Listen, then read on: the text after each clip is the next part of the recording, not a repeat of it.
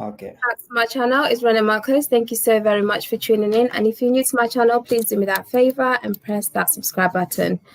So guys, welcome. So I've got the Gambian men on my channel today to discuss about what makes a man to be a man. Very interesting topic because I want to learn, I want to know, because us ladies, our needs are too much, and I think our demands are too much as well when it comes to the type of man that we want, and also what we look for in a man. So for us to understand what men have actually been through in their entire life, from childhood to adulthood, to just being a man, because at the end of the day, that does have an impact on what a man becomes at the end of the day. So which will be very important for us to know today. So I've got Waka, I've got Taju, and I've also got Lama, which is Halat TV. So do you guys want to introduce yourselves? Yeah, Waka, you go. All right, hey everybody. My name is Waka, of course, and I'm a man. So I'm here to give my perspective of what makes a man. So stay tuned. Fabs. Oh, sorry. Lava. Hey everyone, my name is Lama Rana. I'm also a content creator, and I go by the name Halat Africa Show. If you haven't checked my channel, you can please seize this opportunity to do that after this program. But I'm also very happy to be part of this interesting topic, what makes a man to be a man. I think it's going to be interesting. We're going to speak about our opinions, what we think makes a man to be a man, and you shall be the judge. Yeah, and hi everyone, it's Taji. You guys have seen me before on Rene's channel. The same as like the guys say, I'm a guy as well, married, family man, and I believe I can speak on my experience about what makes a man a man. But at the end of the day, it's about my opinion, the experiences I've had, and the experience of other people that I've interacted with. So yeah, I think that's it. Okay. So I'm gonna go back to you, Taju. When you hear the word "what makes a man to be a man," what's the first thing that comes in your mind? Well, the first thing that comes in my mind is like the African voice in me thinking, well, you need to have a family. First of all, you need to get married, and then you need to provide for your family, and you need to be a good role model to your kids. That's what will pop into my head. But then again, there is a lot more to it than just having a family. You can be a man without even having a family. So I think it speaks about your character from the grassroots on how you were raised. Like, so let's say, for example, in Africa, most of the time, our moms do the raising up because the dad will be busy going out to make sure that there is food on the table. But you get to spend a lot more time with your mom. And I think the words that your mom use on you, like the encouragement and the things that they tell you to do or not to do, the way they tell you, no, like you should not behave this way towards someone, or you should not behave this way towards certain situation. Even if you get like, let's say you wanted to do something and then you fail on it and you get disappointed about it. Like when you speak to your mom, they can tell you, look, I know you wanted to get this, but there might be a reason why you didn't get it. And then they will sit you down, speak to you in a way that from that moment, that might impact you for the rest of your life, how you see situation. So when you're in tough situation, you can always use that point of reference. Like when I was in this is how I need to deal with it, or this is how I was told to deal with it. So I think what makes a man is how you were brought up to deal with the situation in your life, one. And then once you grow up, the experience you've learned in interacting with other people's, and well, the third one, if you are lucky enough to find someone that you want to build a family with, like how do you go about doing that? Like, do you value them? Do you start to think about, you know what, it's not just about me. Now I've got someone else in my life. You need to find a way to tolerate that person and accept them in a way they are. Because for me, the way I see it, a man, you have to be able to provide for yourself, to be able to provide for your family, and you need to be able to be. I'm not sure what's wrong with the mic. It was perfectly okay. Now it's gone a bit funny. Your voice. Yeah, I think it's back. There we go. So I think when it comes to it, all in all, I think to really be a man, it comes down to your character. Like, how do you present yourself to the world, and like how people see you. I think that's it for now. Okay, great points. So going back to Halat TV, when you hear that question, what comes in your mind straight away? When I hear that question, what makes a man to be a man, I look at certain attributes, and these are discipline, sympathy, empathy, patience, love, and devotion. And these attributes, I think, I'm going to go back to the basics, which is beginning from childhood. And these attributes are either learned or they are instilled in a child by either your parent or your guardian. So, in order to have a very good man, we have to look at the beginnings because those are very important. How are you raised, like Taju said? If you raise in a family that instills good attitudes in you, you will grow up to be a good man. And there is this concept that nurture versus nature versus nurture. But I am going to concentrate more on the nurture part because I believe that we as human beings, we have an innate quality to be born as a good person. But the nurture aspect is the most important thing. What is it that you learn since you were born as a child? What do you learn from your environment? What do you learn from the people that you interact with will determine who you will become in the future. So if you are brought up, let's say, in a very good household, your parents or your guidance they're going to teach you these good attributes, such as discipline, having sympathy, empathizing with others, having love for people, devoting your life to you know s- uh, um, providing services to other people. So these are all good qualities. As you grow up into becoming a man, like Talia said, you get married, you also will be able to replicate these same good qualities to your kids or whoever you're living with. Yes, this is what I think would make a man to be a great person in the future. Great. And over to you, Waka. So when you hear that question, what makes a man to be a man, what comes in your mind? For me, I agree with what everybody said so far, but I think I'm going to dig a little bit deeper into the topic of a man, because there's a difference between a male and a man. A man is a title. I mean, society has kind of gotten comfortable with automatically giving everyone the title of a man, but just because you're of the male species. There's a lot of criteria that come with being called a man. If you notice in some of these indigenous tribes and different societies over the past, there is a passage to manlyhood to be able to be called a man.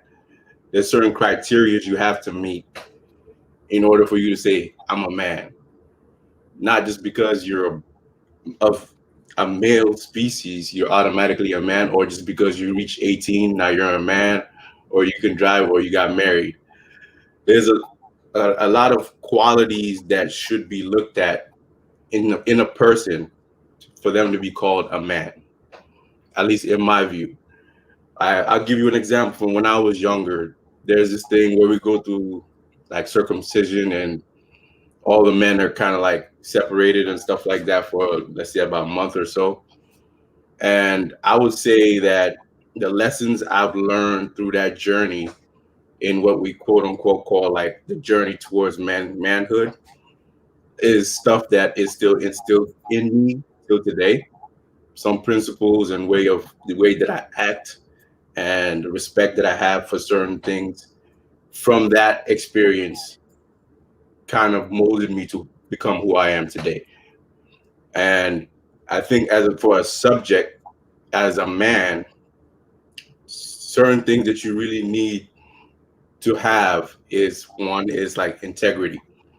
Do you have integrity? Are you somebody that any and everybody can trust because you hold up to your word as a man, no matter what anybody says or thinks of you?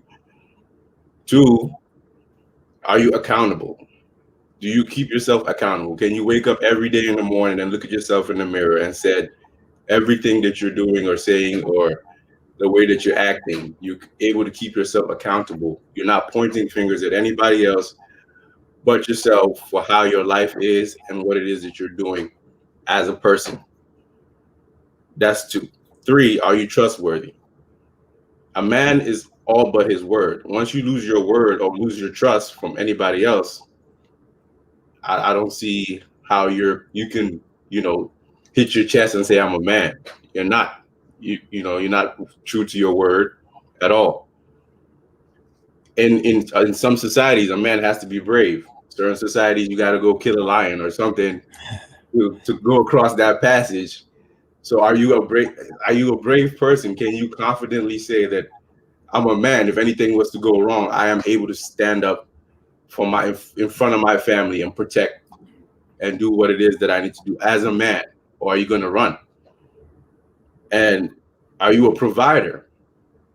It should be a natural instinct in us to feel like we should be able to provide, whether it's for our family, whether it's for ourselves, or anybody else that depends or don't even depend on us. It should be a natural instinct. But are you somebody who just lays around all day and expects either your wife or your girlfriend or your mom or anybody else to go out there and provide for you instead? You can't call yourself a man in that case.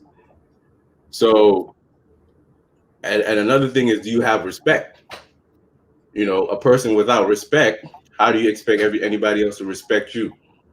So a man has a way that he's supposed to carry himself respectfully, so that even without demanding respect, people give you respect either way, because you respect yourself to begin with. So with all that being said, I think we have to shy away from just automatically calling everybody a man, because there's more to becoming a man than just being 18 years old, being 25 years old, or getting married or having kids. Because people can be that age and still have a childish mindset. You're not responsible. You're not a provider. You don't have integrity. You're not you're not trustworthy, and you're not accountable to yourself. You're too busy blaming everybody else for your own failures. So for me, on a personal note, I carry myself on that level to say that if I'm going to call myself a man, I need to tick all these boxes and understand that I'm holding myself to the highest possible level. So I'm going to keep that there for now. Let's see if that expands the conversation a little bit more. Wow, that is a lot to take in.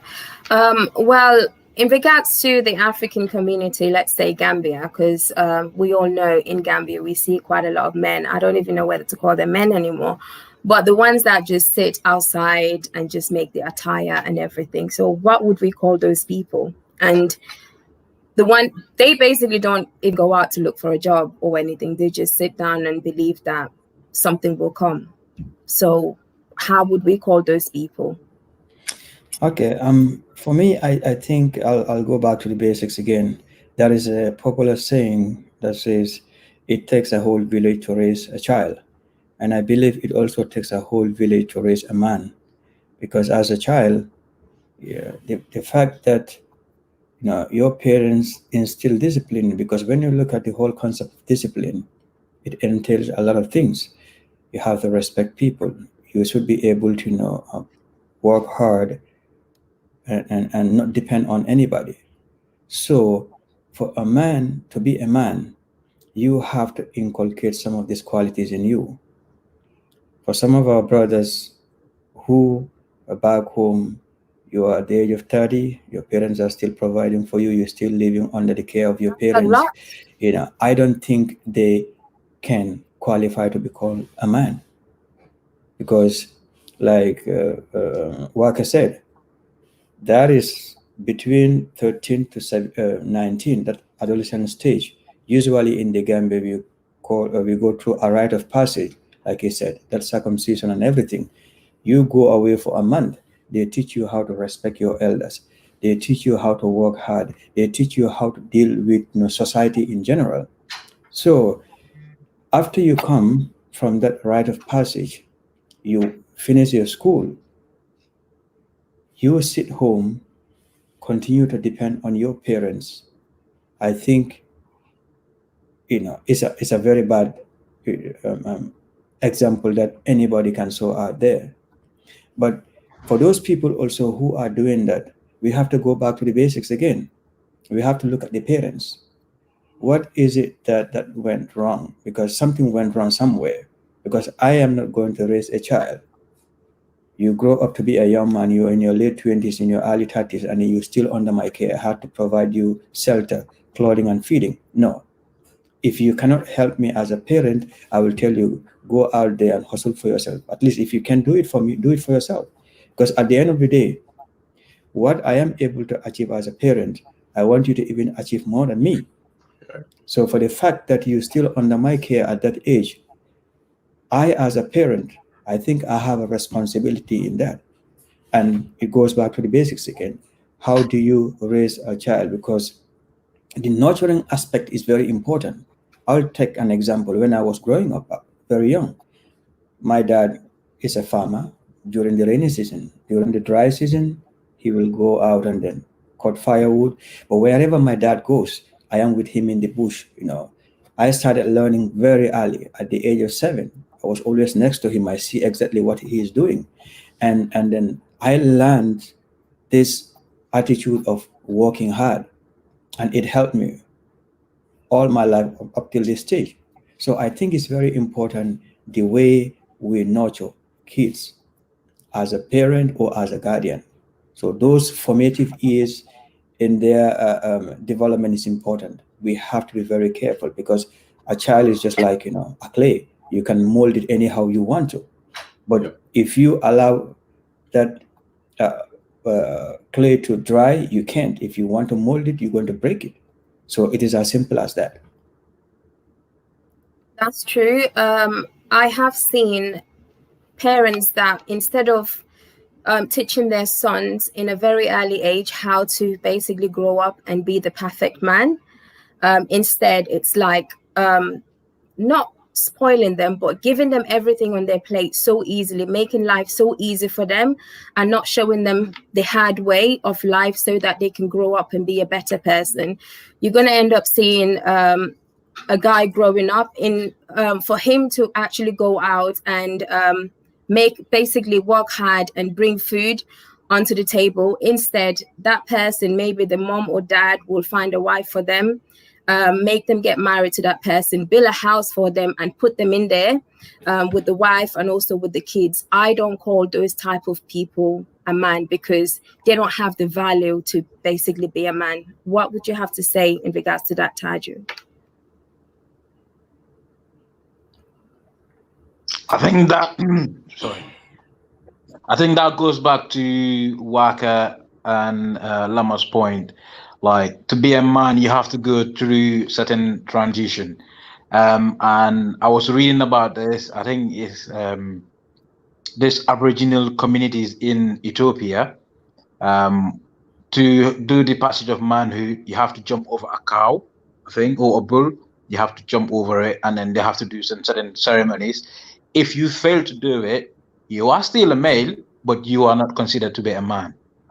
So I think from what you've just said, and the thing is, I personally know someone from what you just explained, someone who's living their life that way.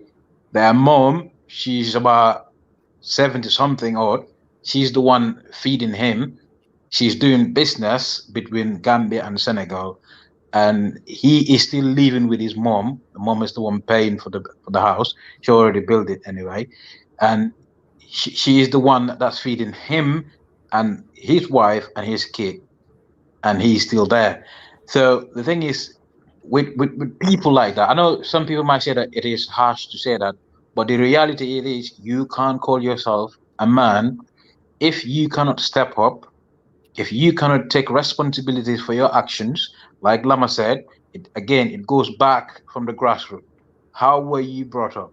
Like how were your parents or your guardians, were they showing you like in different stages of life that you need to be able to be someone that takes responsibility, someone that's able to identify with different type of situation and different type of happenings in your life, that let's say now, okay, you've like in Gambia between the 13 to 19 or younger than that, you've gone through the circumcision, now you are out away from a month and then you are out, you are expected to think differently from before you went in. So now you are expected to look at the world in a different way. You are expected to be able to take responsibilities and to be able to ask certain questions and then have the answers. And you are expected for the young ones as well to be able to ask you questions and for you to be able to provide the answers to them. And so that you will be a responsible person, whether you are working or not, but you need to be seen as someone who is trustworthy, someone that people can rely upon, someone that if they say their word, if they give their word, sorry, that people will know that, yeah, he is good for it. But even if you try to do something and you fail, everyone will understand that, okay, yeah, you know what? He did his best, he failed, but he never gives up. He always gets back up and then, try again. So I think right now, like Waka said, the word has been generalized. So everyone born male is a man. So people, I think people don't value the tradition, the culture, the like I would say I wouldn't say ancestor, but I would say like 100 years back, like the cultures that people used to do. Like Waka said, in certain societies, you need to be a warrior, you need to be brave, like either kill a lion or you need to be able to take a food from the lion, like the Masai Maras. I've watched this on documentaries, I've read about it. They can go into the jungle and wait until the lion's made a kill, and then they will steal the meat from the lion. Like those are expected, and those are called men, because you have to do certain things like that in order to be a man. But with the way the things are, with the modernization and westernization and everything, nowadays you don't need to do that. Like you said, you could sit in your house, your mom's already paid for the mortgage and your dad, you just leave in the room and then you never go to work. You could just chill, wake up, eat, mom, where's dinner? Or dad, where's dinner? And then at the end of the day, even to go to school, some of them might just lazy back or demanding to get a PS5 or an Xbox, because like that's what has been instilled in them from childhood. Like, oh, don't worry, whatever you want, you get. Whatever you need, you get. But that should not be the way, because the way I was raised, my dad worked hard. Like he was doing like about 3 to 4 jobs. Like if you could believe that, he doesn't stop. Like at some point, his doctor has to advise him to stop. My mom, the same. Like when I was younger, as the stories was explained to me, she was working in a hotel. She has to work, and she has to be a mom as well. So, and the idea that I was raised to believe is like, for a person, for you to be valued by everyone and to be valued by, to feel like you have a value by yourself, to believe that your word counts, you need to be able to represent yourself in a way that you can take care of yourself, and then you can take care of your family. Because at the end of the day, family is what we have. Either you are married or not, as long as you can stand to benefit yourself and your family. I believe in a way that even financially, or by you being there, you just being present physically, I think that will class you as a man. Anything other than that, I think you really need to reevaluate your life, I think.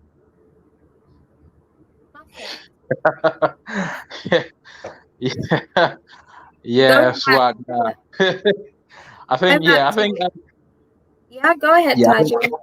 no, I was.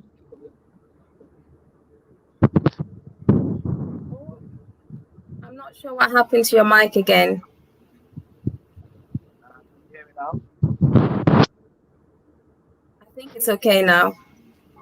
Yeah, I think I'm just gonna stop there for now, and then I will let the guys carry on. Okay, Waka, do you have anything else to add on to what Taji just said? Yeah, sure. I think everything that he mentioned is right. Also with with what Lama said as well. But I think sometimes we have to kind of step away from the blame game. I think every person naturally should know what they want. Some people are naturally lazy. They just don't want to try, or they don't want to do anything. Their parents could tell them every single day, go find a job, go do something, go do this. But they're not. Even as a child, your mom would tell you, go wash the dishes or go do this. You just like, I don't want to do that, this and this. And you find the excuse and not do it. I think certain people, you know what you want. Like for me as a child, I felt like I knew what I wanted. And I knew that hard work, dedication, I got to focus in school. Like I'm being raised in a country where peer pressure is so high. I could have been easily influenced to choose a different road. But I personally knew what I wanted or where I wanted to be once I've grown up. So I think as much as parents have a certain blame to gain from the child, I still think the person themselves at some point should look at life and say, hey, these are my options. It's not like you don't have examples. You've seen what the road this person took, where they ended up, the road this person took, where they ended up, and the road this person took, where they ended up. So it's up to you to now say, hey, okay, where do I want to be? Do I want to be in this guy's shoes, or that guy's shoes? So now it's up to you to be like, okay, if I want to be successful, what do I need to do? That's when you start to ask questions. But if you feel like, okay, my parents are rich or whatever, I don't really need to do all this, but that's on you. You can't blame your parents because they tried to get where they got. And I'm pretty sure if I'm successful, I would want my child to be successful. I'm going to push you towards success. I think sometimes we feel like parents don't try, but a lot of parents try. It's up to the child to sometimes accept or deny that push. Because a lot of parents will try and put you in private school, do this, do that, do this, but it's still up to the child to try once they get to that private school. It's still up to the child to be like, I want to be successful and I got to make sure that I focus and do this and do that to become this, man or this person at this point in my life. So as for the people who are just sitting around, to a certain extent, that's on them.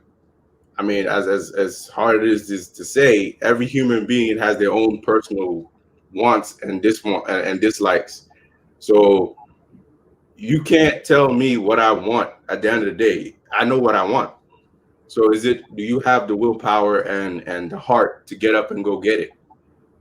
We've come to this culture of everywhere everything is just everybody wants it so easily. And that's not how life works. When you look at certain situations in life, you know that I really want that car, or like I can look at a car and I really want this nice car.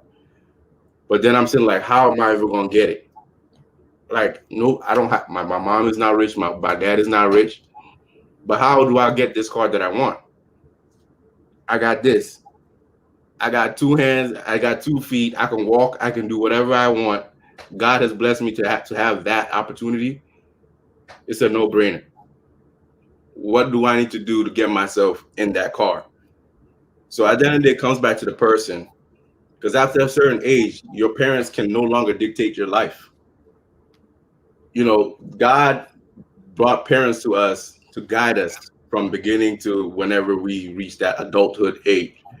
And if you notice, when we're a child, they make all our decisions for us. That's like from 1 to at least even 5 or so. But as life goes on, that actual right to make the decision for us starts to diminish bit by bit, because all of a sudden the toys that they bought for us, we no longer like that. Say, no, Dad, I don't want that car. I'd rather get this car instead. We're starting to make our own decisions. So at some point, it's no longer your parents' fault. You've been responsible for your own wants since a certain age. So we still have to make people accountable for who they become at the end of the day. Because you at the end of the day, you know where you want to be. If you're older, you want a nice house, you want a nice car, you want this and this. But who's going to give it to you but yourself? You got to get out there and work hard for it and get it no matter what. Everybody has an opportunity to make whatever they want to make out of themselves. So, I mean, that's how I look at it. I mean, parents have a role to play, but I really believe a lot of parents try hard. And there's a lot of kids who don't even have parents in their life and they come out great. So it just depends on the person. That's very true. Well, just like you mentioned, some men would actually sit there and say, I want this, I want that. But how do they actually go out there and get it? And some would work hard for it, and some would steal for it. And some would actually date rich women just to get what they want. So because we know that a lot of men actually do that. You would see a guy that would say they've got the world and everything when they have nothing. All they want is to date this rich woman, because they know that once they actually get hold of her, they will get everything that they want. So what do you guys have to say in regards to men that actually do that? Well, I mean, for me, I wouldn't call them a man. If your sole purpose in life is to go out and try to, I guess, fabricate love with somebody just because of what they have, and that kind of, I guess, takes you away from your responsibility of providing. I mean, I don't think I would be able to call you a man, because for me, I don't even want to bring the gender war or whatever, but I personally don't care if my lady makes more money than me. But at the end of the day, I will not allow you to provide for me to a certain extent. Like, okay, you can make as much money as you want, but I'm gonna go out there and make my money as well. I'm not in this for whatever you have. It doesn't matter. And I feel like even if a man is in that position, that should be their focus. Don't look at what she has. What are you bringing to the table? Like, if I'm not adding to what she has, I'm not going to take it away. That's not what a man is supposed to be. That already diminishes your role automatically. In my book, you can't be dependent and say that you want to be the leader of your household. Yeah, it doesn't work like that. And that's, you go ahead. And if anybody else want to add to it. Yeah, I think Rene's question is very important. Why would a man maybe depend on a woman to provide for them? And it still goes back to, your childhood. I think to raise a great man has two folds. The family has a very fundamental role to play. The way a child is raised at home is important, because that sets the foundation. Your formative years are important. 0 to 7 is very, very crucial. Yep. And whatever the child is taught, most likely that is how they're going to end up. That is the role of a family. But we have a bigger picture here, which is the society. Once that child starts to mingle with the wider world, they face a lot of pressures, and that tend to shape how they go about doing what they want to do. And as a parent or as a guardian, you let your child leave home and go to school. Once they come back, you should ask them, what happened today in school? What did you do? Have a conversation with them. That way, if they bring up anything that you think is not right, you can tell them, okay, this and this is not right. Because at the end of the day, they're going to spend more time outside the home. So this is why they said it takes a whole village to raise a child. And for instance, in the Gambia, we are lucky in the sense that the wider society will treat your child as their own. When they see your child is doing something wrong, they will take the responsibility to correct that wrong. And you as a parent, when your child comes back to you and then said, I was out there doing this, and then Mr. So-and-so stopped me, you tell your child, look, because you were doing something wrong, that is why he or she spoke to you. But there are societies that don't have such a thing. Everybody is individualistic, so you do whatever you want. All I care about is my own. So for a man who depends on somebody, not just a woman, but just anybody to provide for you, there is something fundamentally wrong here.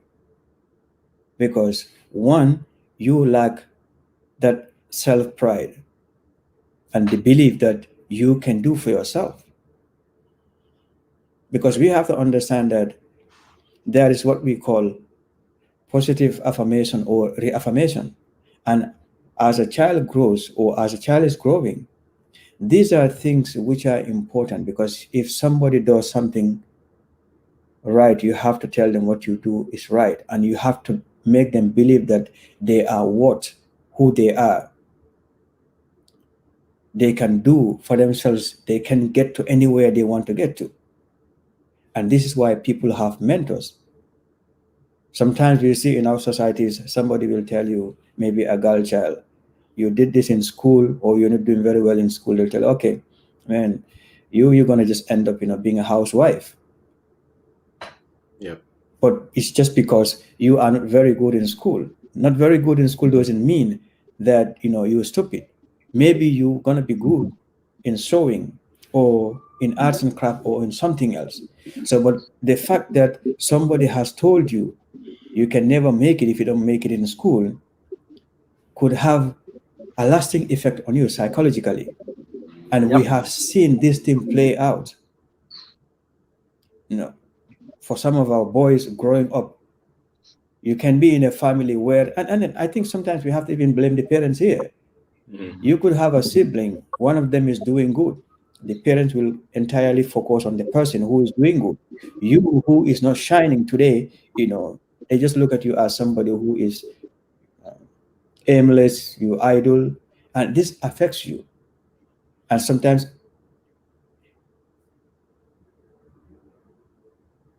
I don't think I can hear you. Yeah, we can't hear you, Rene. We can't hear you. No, I can't hear you. Yourself. I can't hear you. We can't hear you. Okay, so those things are very important as a child growing up, because the basics will help you to become who you want to be in the future. This is why here, even in colleges, they ask you to have mentorship and so on.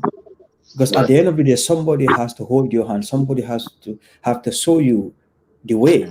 Because once you're born into this world, you're born into this world as a blind person. It is through nurturing that you learn, these good attributes and traits of becoming a man, a responsible person. But if there is nobody to show you how to become a responsible person, then you might falter on the way. So I think we have to look at this issue of, childhood here, because it is very important. Right. Yes. Yes. I think to go back to the question that Rene asked, can you guys hear me? Yeah, we can hear you. I think in regards to men that target like rich women to get married to them and then live a free life, loaded, because the wife got money and then they don't need to work. I think that goes back to the society. I think it depends on which kind of society you are brought up in, because in certain places, I wouldn't say that they lack morals or integrity. It's just that the idea is every man for themselves. or everyone for themselves. So if you can, let's say, play smart to a lady and then get married to them solely for the benefit of, because they are rich, and then you can take their money from them, the majority of the society might not think, oh, that's a bad thing. They might just think, oh, he is smart. Oh, this guy, he get one over her, because the way that they're seeing it is all about you just being successful, or you just being smart, that you are a step ahead, and then you've managed to sort yourself out by having someone who will do everything for you. But if in other societies, that will be like unheard of. People will not take that lightly. Like, even if your wife is rich, even no matter what, your other half, how much money they have, you are expected to show certain standards. You are expected to show certain qualities. You should be able to, even work, earn your money. Like I said, it doesn't matter how much money your wife is earning, you should be able to still work, earn your money, and still be the man. Still take care of her, still show her love, still show her appreciation, still do certain things for her, even though you and her, you both know that she has more money than you, but you will still show her that you are the man. Because for me, like you said, like Lama said, it goes back from childhood, how you were raised. Like, it goes back to the certain things that you've come across. Like you said, in school, you will tell, oh, because you fail your exam, oh, key, like, for example, in our language, they will say, oh, key mom, that was stupid. Key mom did have that. Like, if yo so mage, like, do have that, simply because someone, you failed in school some of your lesson, and they will clash you, oh, he's a loser, so don't worry about him, or don't worry about her. So that's it. But because they, among the greatest minds in the world, they failed their exams. They failed in so many subjects. But simply because you are not good at school doesn't mean that you are not good at something else. You can fail in school, but you are amazing at other stuff. And I think it's about you having to have that belief, that self-belief in yourself. Like you said, it's important. That's why having your guardians and having parents or mentorships that you can speak with and tell them, look, this is what happened to me. This is what I've been going through. And then they can literally hold your hands and then guide you through it, tell you, look, this is just a passage of life. You will come out of the other side better than you've been before. And with that mentality, if you believe in that, you can always overcome, no matter what you've gone through. Because I've heard about this. I don't know how true it is. That Alexander the Great, her mom used to tell him that you are the son of Zeus. So she put that in his head, that he's a half god, half man. So he is great. So he is above everyone. And because with that mentality in him, the mom keep repeating that to him. The mom still make that deep inside in his consciousness, like that lives in his mind. So for him, he believes he's above all the other men. So he believes he is a half god, half man. So no one else can challenge him. That's why he goes around conquering the world, because he believes he is powerful. Right. He's a half deity. Yeah. So there you go. So that, I think, comes back to the parent, comes back down to what Waka said as well, the individual, like the person. Don't blame it all on the parent, but you have that ambition, you have that drive of what you wanted in life, and then you've got that someone at the back of you that keep nudging you, that keep pushing you, tell you, you know what, yeah, you can do it. Like, keep believing in yourself, keep trying.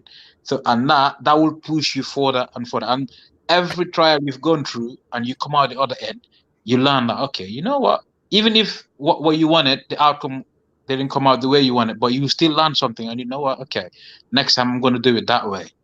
Right. So that is like it will be a progress that you're going through. But then, if you were in a society, unfortunately, you are not lucky enough to have someone around you that can like give you that motivation, someone that can give you that push. If something happened to you, you fail, or you in a bad situation, and someone goes like, "Ooh, sorry, man, like you are done." Like that will be at the back of your mind. Whatever you want to do, yeah. If you come across any difficulties, you'll be like, nah, that's it. I'm gonna fail. It's gonna be the same thing again. So I think as much as it is the parents, I think it depends on the environment that you are in, that you are surrounded in, like the situation that you find yourself, and whether you've got the right people around you that can nurture you, that can give you that little push that you need to overcome certain things. I think I will kind of stop there for now. Hi, Sammy. No, we still can't hear you. We still can't hear you. And Fix your mic. are you using a PC or a phone? Maybe. Have you unmute yourself? We can't hear you. But I think for me, I want to move the conversation a little bit away from like people who, like a man who lives under the shade of somebody else. I think, to make a man to be a great man takes a lot of responsibility, in the sense that, like Waka said in the beginning, a man has to be a provider. A man has to show devotion. A man has to show love. A man has to be selfless. You should be able to provide. Yes. Yeah, you are back. Perfect. Meet yourself. We're having a conversation here. Yeah. So you should be able to provide service to humanity. You have to be selfless. Be able to willing to serve other people, because it takes a lot to be a man. And like what we see usually men portray out there, they think to be aggressive, to be angry, to be violent is what it takes to be a man. And I will bring this back to our culture and perhaps our religion. In order for a man to be a man, you have to have patience. You should be able to control yourself, control your anger in the most difficult periods. And this goes either, it begins at home, how you deal with your family, your wife, and then you go outside there, how you deal with the wider world. So I think we need to be a little bit more careful, like Walker said, to attach this construct to what a man is, because I think it's very superficial, just calling anybody a man, because you have to deserve it. When we say a man, we're not talking just about your gender here, having what men will have, but it goes beyond that. What is it that you do that makes you stand out? What is it that you do that makes you different from an ordinary person? Right. And that depends on certain things. And those things will never come to you easily. You have to learn it. Somebody has to nurture you. Somebody has to mentor you. Somebody have to show you the way. And as male parents, or as parents in general, I think we have a lot of responsibility to help our boys who are growing up to become responsible men tomorrow. Because with all the craziness that's going around us, we men are the responsible people. Because if we are truly men that we say we are, there are certain things that are happening will not happen today. Because if we exercise discipline, we exercise patience, because patience is a virtue, then we will be able to tackle most of these societal issues that we are having today. You want to come in, Waka? Yeah, I mean, I agree fully. And, like I think we got lost along the way, because some of us or some of our parents may have grown up in a society or, a culture that kind of made the man or the husband or the father be of someone that is just, I guess, not involved really.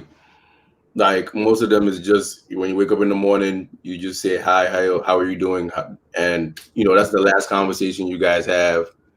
He's just like one angry dude in the house, just like anybody that says anything, he's ready to just jump on you, like and like you grow up hearing these names of like these old men around the neighborhood. Some people call them Hitler, some people call them Pa Tiger or Pa Ganda or whatever, because they just naturally feel like in order to have respect from people, they have to be cruel or mean, or that's what's showing that they're a man, like, which is not. Like if they were to truly, let's say, follow religion, like to be able to call yourself like the best of fathers, I mean, you have to be loved by all. Like, at least for me, on a personal note, if whenever I become a father and a husband, I would want to be the type of father that when my kids hear my car outside, they're all at the door waiting for me to come in, because they know that I bring in at least a different love and affection into the household, rather than they hear my car door and everybody's running around the house trying to hide, trying to find somewhere else to go, because I'm just bringing nothing but hardship. That's not something that you can attribute to yourself as a great father or a great man. If everybody's afraid, fear is nothing. If everybody's afraid of you, you're going to be alone at the end of the day. And that's what people have to realize, that me having people be fearful of me does not mean that they're going to respect me. That has nothing to do with respect. You show love, you show affection, you're there when they need you, you're accountable, you're responsible. Your kids will be around. They don't even want to get away from you. They will get married and still want to come around every time, because they know what they're going to receive or what they're missing out on once they're not next to you. But you have kids that can't wait to leave because you just on them all the time. That's just too much of demanding respect, which is not going to work. You're not going to gain that respect ever. They're just going to have that animosity towards you, that even when you get older, that care they're supposed to have for your parents is not going to be there, because all the memories that they're going to have is just how you were cruel to them as they grew up trying to demand respect. So I think we just have to get that notion out of our head, believing that you have to be mean in order for somebody to respect you. Yeah. I feel like you can show love to your family and your kids, and they'll still know to respect you. There's boundaries to cross. We can all have fun. We can all make jokes, this and that, but everybody knows not to cross certain boundaries, because at the end of the day, you're still my parent, or you're still my father, you're still my dad. Like me and my mom, for example, like we're like, I would say maybe best friends or something. When people see us outside, they think like I'm her brother or her younger brother, because she's not that much older than me. But she made it so comfortable for me that I can have almost any type of conversation with her, but I still have that level of respect for her to not cross over to certain boundaries or talk back or do all this other stuff, because there's no point. She showed me nothing but respect and love, and I can do nothing but reciprocate that to her, if not even more. But we have this notion that we have to be tough, we have to be hard.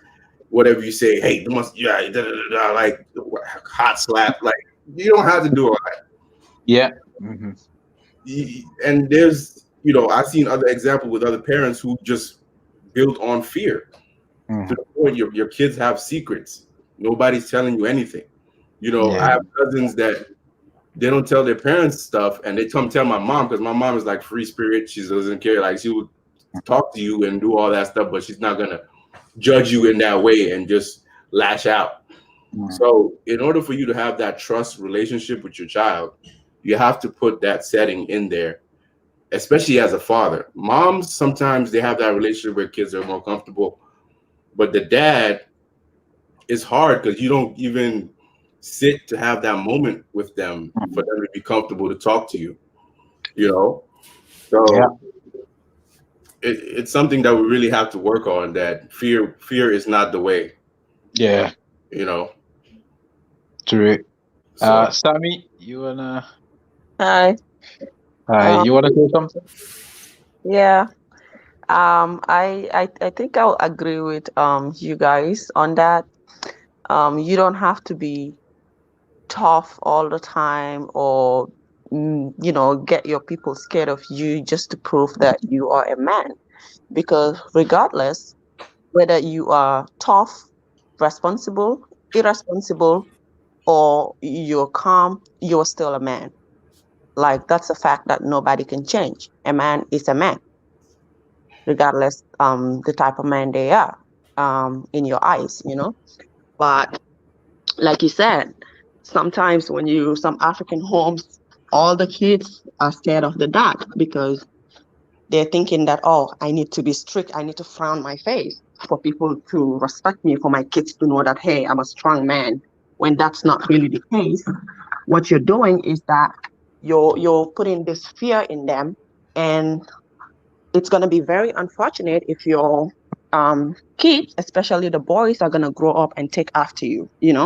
Hopefully not. But another thing I want to say is that sometimes parents do also play in what their boy child is going to turn out to be, because when your child reaches a certain age and you still expect people to be feeding that person, that's a problem, because you are not training that person to be independent by themselves, to be able to fend for themselves, to be able to fend for their family and their wife when they reach that age. There should come a time when you should expect to see what he is capable of doing, and not always expecting, oh, that's your brother, you should help your brother, you should help it. No, life is not like that, because you gotta remember, someday that person that is feeding that child is not going to be there. And what is that a child going to turn into? Because then they're already used to it. They're going to bring forward a family. They're going to bring kids to this world that they cannot provide for, that they cannot stand for. Then they're going to turn out to be useless men. Even though they are still men, but how is people going to look at you? Even your kids are not going to be proud of you to call you a father, because a father figure is supposed to be a protector. A father figure is supposed to be a provider. So sometimes us as parents in the society do play a big role when we expect people to be fed at the age of 40. I am not going to feed anybody at the age of 40. If you can't do it yourself, I have my family, you got your family. Let's all do for our family and support each other in any way that we can. But society has made it look like, oh, because we are related, I since I'm the one that have the money, I can feed you. No, I will support you, but show me what you can do. Prove yourself. You should be worthy of something in as much as I'm worthy of something. If you think I'm worthy, then you should be worthy, because you're just human, just like me. But like I said, regardless, a man will still be a man. But if you feel like people are looking down on you or seeing you as less of a man, you got to step back and think about yourself. What are you doing? Why are people looking at you as less of a man? Because you might have a big role to play in that. I'm just going to stop there. Thank you for that, Sammy. Can you guys still hear me?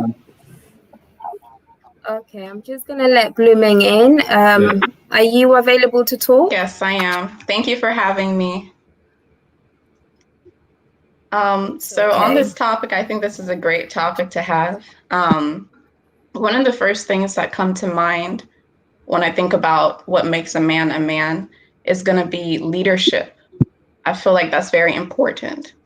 And when you think about leadership, you think about someone that's leading by example. And there's different types of leadership, different type of bosses, different type of managers, and not all leadership is an excuse to be aggressive, to be abusive, to put your hands on a woman, to take control and be controlling. You can be different types of leaders, but still be effective. You could be a quiet leader. You could be a leader that is more communicative, but you have to lead by example and you still have to get the job done.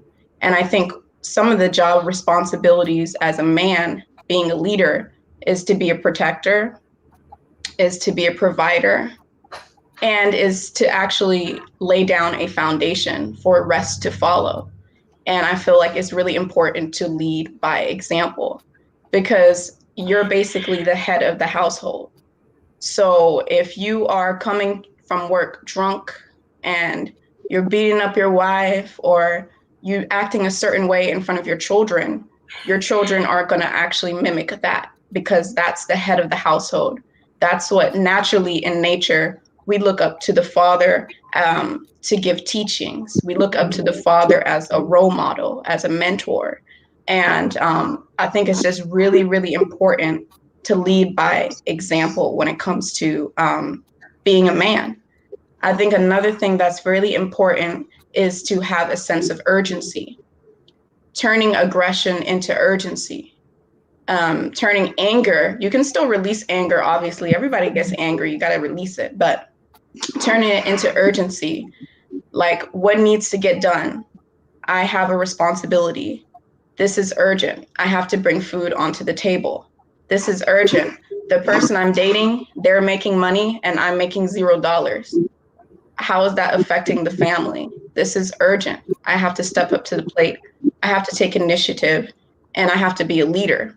So for me, I feel like it comes back down to being a leader when it comes to a man, and leading by example, and making sure that, you don't have to be a leader that is a micromanager. You can be a leader that's not micromanaging, but still giving good lessons and still leading by example, and being a good father and being a good man. Even when it comes to the female, sometimes the man does have to lead the female. If you're walking with a man and you're on a first date, and let's say something scary happens, going through like a dark, corner or something, you'll see the man grab your hand and he'll lead the way. He's not going to make you go first, because naturally the man is the leader. So I think it really is important to look at leadership skills. And if a man doesn't have any leadership skills, if he's not good at taking charge, if he's not good at taking initiative, having urgency to build a foundation, it's going to be hard for him to really have that confidence and feel like a man. So yeah, I think that's what I have to say for now. Thank you very much. That was absolutely great. Thank you. Talking about leadership, blooming woman, when you talked about leadership, I'm just going to add on to that men are leaders and will always be leaders, and women, as in wives and mothers, also will have to understand that we need to step aside sometimes and let them perform their role as a leader.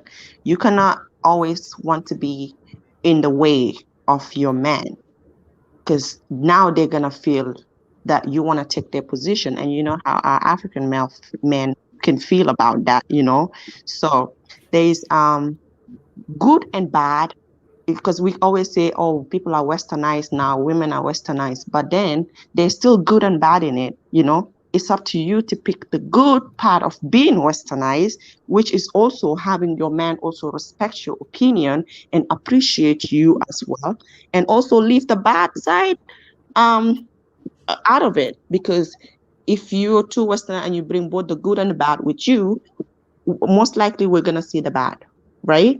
So as men are made or created to be leaders, we should give them the chance to be able to perform the role of a leader. So that's very important. So that's for the women as well, because sometimes we women can step in the way and make it look like, oh yeah, this is you can't do this to me, this is my right. Everything is communication. When we're not happy, let's just communicate it and not just make them feel like, okay, I'm trying to protect myself and I'm going to make sure, you do this, you do it my way. If you're African, you will have to understand that it's always not going to be your way. But if you communicate, your man is going to understand you, and you guys are going to be in the same place at some point.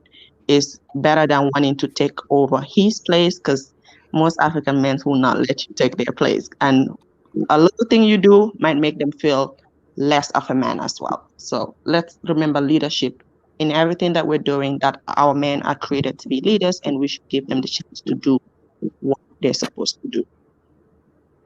Thank you very much, Sammy. Halak TV, what do you have to say in that? Or Blooming, do you have something to say? Sorry. No, I was just saying I agree. Oh, okay, that's fine. I think, our two sisters have raised very important points here with regards to leadership. And I understand that in most African societies, men are the leader. But I think we also need, as men, we need to be very careful, especially as husbands or as fathers. We need to form a partnership with our women when it comes to building up a man to be a great man in the future, because the act of nurturing somebody from childhood, most of the responsibility rests on the shoulders of the woman, because the woman spends most of the time with the kids. So therefore, for me, I think one of the qualities of a good man would be the ability to listen very carefully. Because as a leader, if you lack that quality, you lack the ability to listen, you tend to always portray the urgency to act and make sure whatever you say becomes the final word. In a household, as a man, you should be able to listen to your wife. You should be able to sit back, listen to your kids, because everybody in that household have an opinion, and their opinion is very important. Sometimes as men, we think that whatever decisions that we make are correct. But if you become a very good listener, your wife or your kids can tell you things that will help you to become a very good leader or a father in that household. So we should listen, and there are very good examples for people who listen, because people who listen always come out to be very successful. Like even in countries in democracies wherein people are allowed to speak freely, as a president, you allow, because your country, the people in your country is your family. But if you give them that free will to speak openly without being afraid of you, it helps you to govern them. And as a father or as a man in your home, you should allow people to freely speak. That way it helps you to be a good leader at the home. Thank you very much, Halak TV. So what do you have to say in that, Taju? I think everyone have made like amazing points. Halak TV, Sammy, and the older sister, and even Waka. I want to just go back to what Waka was saying earlier on about the parents, the dads, and the house, because the thing is, I've known people like that. Luckily, my dad wasn't. My dad is not like that, because like sometimes when people find us debating, people are actually like, people kind of feel like it's disrespectful, but it's not, because like sometimes we can talk about, so we can watch something on the news, or we can bring up a topic, and we will have an open discussion about it. We will have a debate. Even though he has more experience, he has traveled a lot across the country, he has done so many things, he knows so much, but he still gives us the opportunity to challenge him in a respectful manner, in a way that we can debate, where we can have a conversation back and forth until we get to a point that we can either agree or just disagree and leave it to that. But that makes me, that gives me the ability and the confidence to do certain things. So it's like, even with that, when I was doing my degree, I have the confidence to stand in front of 100 people or more and do debates, and then be able to do presentation to do my work, because I've already been doing that back at home. My dad has been challenging me on topics, on things like, and then give me the opportunity to express myself freely. and then if I'm wrong, he will correct me on the spot. I've learned that. Like Waka said, you've got certain parents that all they know, like in back home, is just stress. Like as soon as you hear them, especially like my Mandinka friends, you can hear, oh, Baba Nata or Baba Benala, hey, and then like you see either everyone run or they will just come and just like greet him, and then that's it. Everyone is in their corner. Like no one's gonna do anything. Like if the guy is there, you can clearly tell that the dad's home. As soon as you walk in, everyone is quiet or everyone is in their corner. Like I don't want that. I'm a dad, and my son is young, but I afraid. I have that pain in me that I hope I'm never like that, because I want to be the type of father that before I even get home, my kids will be calling me like, "When are you coming home? Are you finished yet? Are you off yet? Like we miss you." Like because for me that's important, because the role of your dad in your life. I know the role of your mom. It's you can't put a value on that, but the role of your dad as well, because there are certain things you can only get that from your dad. You can only your dad can understand that. Only your dad can put a value on certain things, and you need to have that connection. And I think if you miss that connection, which is the case in, unfortunately, most of our fathers back home, you don't have that connection, that ability to go through something, and then as soon as you come home, you just go straight to them and tell them, look, that this and this and this and that.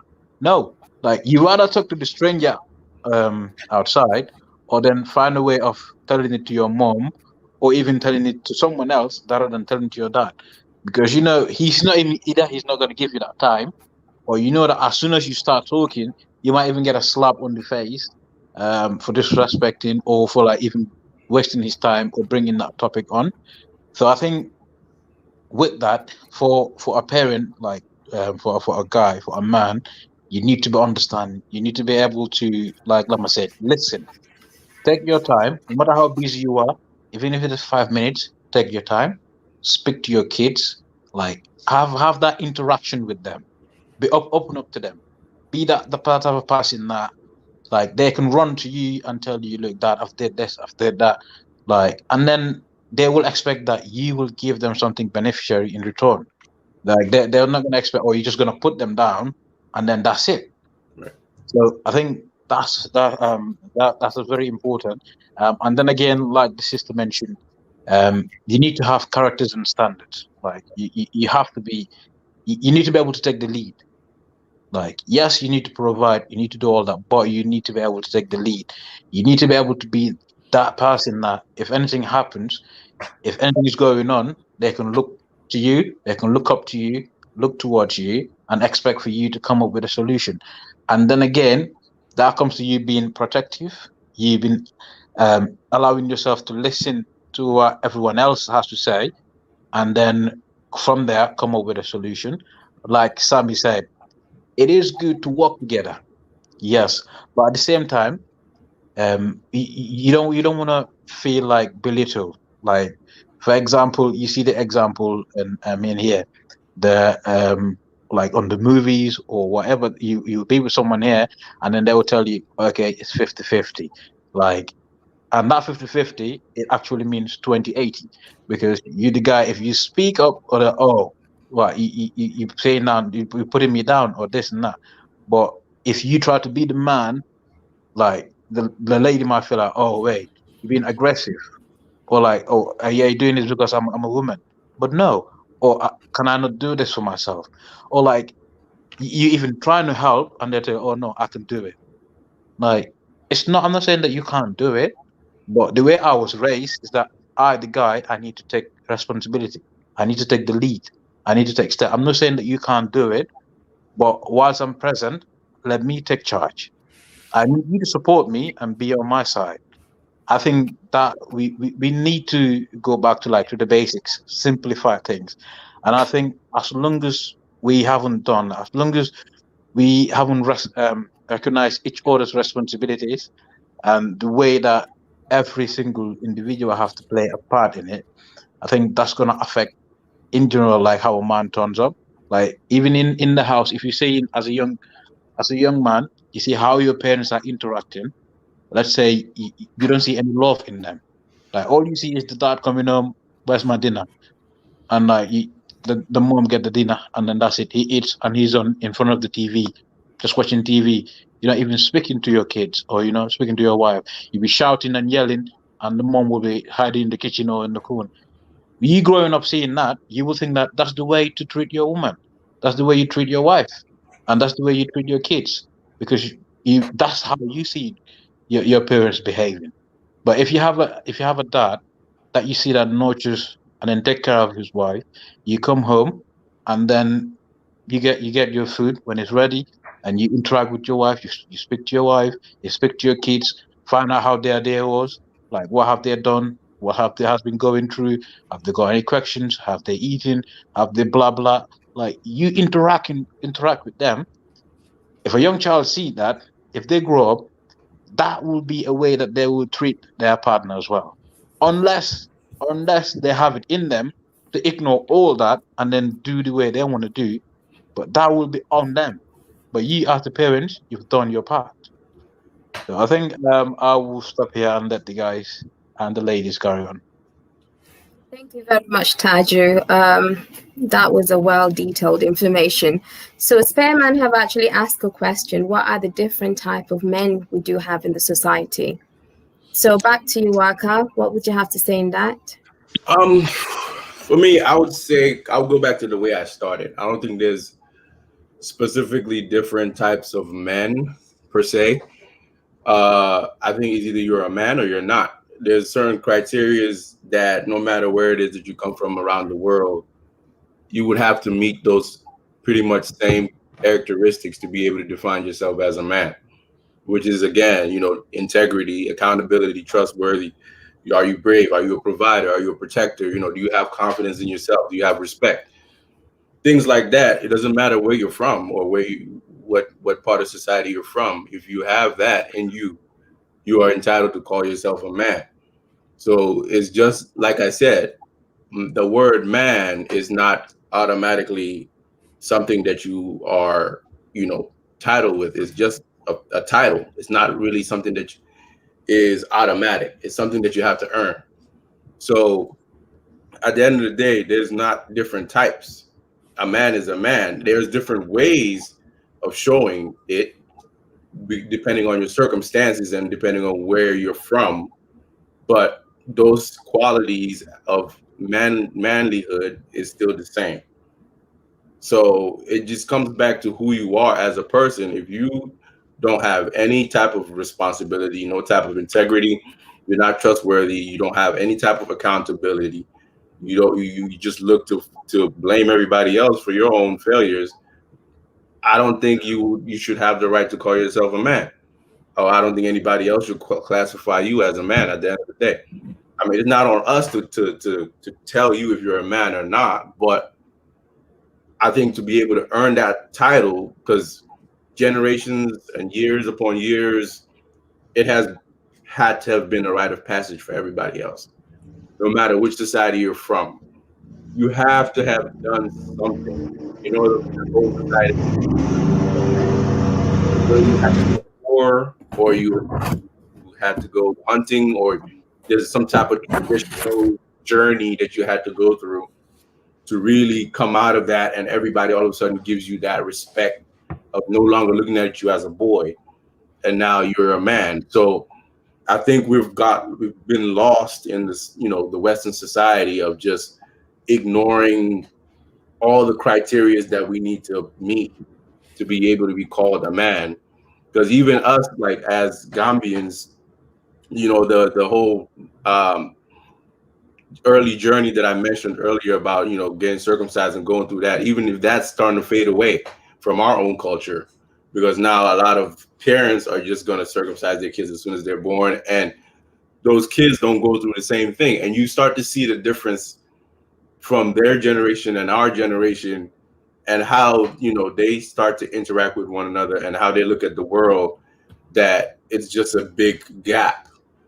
So like for me, for example, like I have a little cousin. He didn't go through that, and every time I go to Gambia, I'm like, this guy is bad. Like he needs to go put him in that thing, even though but he got to go through it because I knew what value I got from it. You know, like it was hard. It was not something that was easy. Like we've been through a lot through that journey. Like Yeah. I'm not even gonna like make it seem like it's light. Yeah. A lot, but I think it was necessary. Now that I'm this, you know, this old, I felt like I just had to go through that to be able to get that fear out of my heart because they put me through a lot of stuff that really is like the scariest things of whatever. But it's just like you have to go through that in order for you to truly be like, you know what, those other simple things. I'm not scared of the dark. I'm not scared of this. I'm not scared of that. Because I've been through that where I've been more scared of my life than I've ever been, you know? So I like going back to his question, I don't think there's different types. A man is a man and it comes with, you know, who you are, but you still have to meet certain criterias and things like that to be able to really call yourself a man. It's not something to be taken for granted. It's actually a title that needs to be earned. Thank you very much. So I'm going to ask the ladies. So I've got Blooming and Sammy. Do you guys believe that there's different levels, different type of men, or are you guys agreeing with what Waka just said? I agree with him. Like, I feel like you could be like classified as a man or not a man, and I feel like that does like meet certain expectations. Like you got to be able to provide. You have to be able to comfort, and by providing security, a roof over your head, things like that. You have to be able to take the lead, teach all of these things, and then you could be considered a man. But I do believe that there are different types of like personalities. You know what I'm saying? Maybe you could have some strong points and you can have some weak points because of your upbringing, but you're still a good man and you still try your hardest. Like maybe you're really good at putting food on the table, but you just don't really talk a lot, but you still care for your kids and they still love you and you treat them well. I don't think that should take, you know, them off of the man list. They still meet some criteria, but they're skilled in other areas more than others. So I would consider that like a different type of person. When you, like, at least in terms of like personality, that's kind of like a different kind of man. So you can't, I feel like it would be wrong to really say that all men should be the same. There are different types of men, I feel like, but they do have to, at the end of the day, have a happy wife, have a happy children, and I feel like they're doing what they're supposed to be doing. So that's my take on it. Thank you very much. Let me just let fans in. Big fans. Yeah, but can I just Yes. respond just to add to that question? I think Okay. that is something that we're missing here. When we talk about what makes a man, we're not talking about the literal meaning. You know, we know once you're born a man, you are a man.